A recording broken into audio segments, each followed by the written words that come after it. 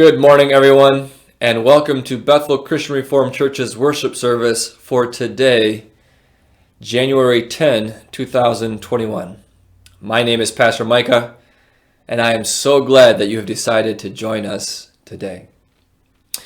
This past week was another difficult one for us here in the United States. The coronavirus continues to rage out of control, even here in our own county, Los Angeles County.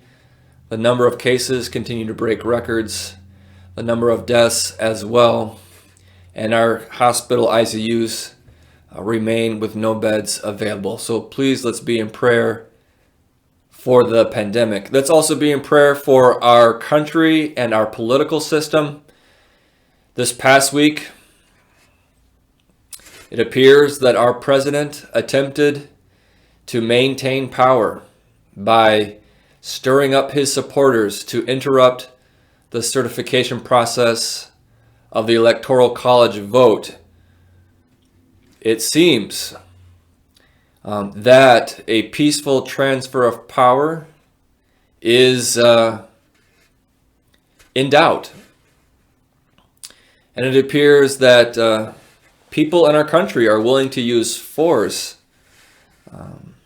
to overturn the results of the election that we had in November. It's a scary thing to see our Capitol overrun the way that it was, and to see people resort to violence in getting access to that building.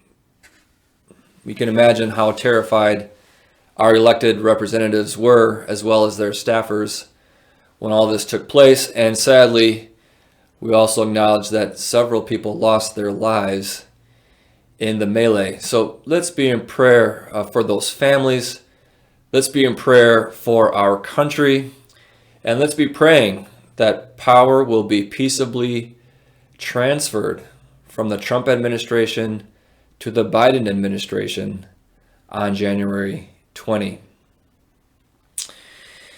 We'll be having a prayer service tonight at 5 o'clock.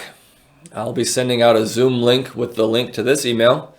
If you would like to join our church in praying for our country, please plan to participate in that prayer meeting. Our call to worship today comes from Psalm 24, verses 1 through 6. The earth is the Lord's, and everything in it, the world and all who live in it. For he founded it upon the seas and established it upon the waters. Who may ascend the mountain of the Lord? Who may stand in his holy place? The one who has clean hands and a pure heart, who does not trust in an idol or swear by a false god.